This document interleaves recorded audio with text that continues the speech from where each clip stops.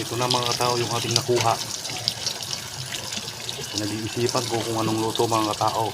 Sasabawan ba natin, paksiw, or prito mga katao.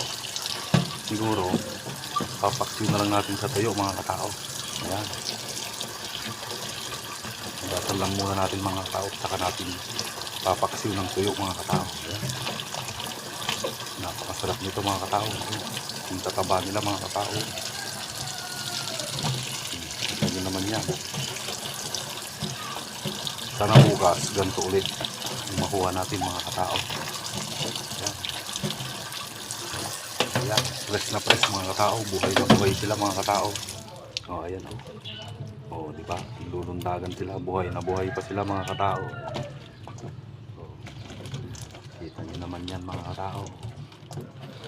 Nasa kalahating kilo na rin siguro ito mga katao. Yan. Papaksiw natin sa tuyo mga katao. Lagyan natin ng madaming sibuyas. Yan. Diba? Pakarami natin nakuha mga tao.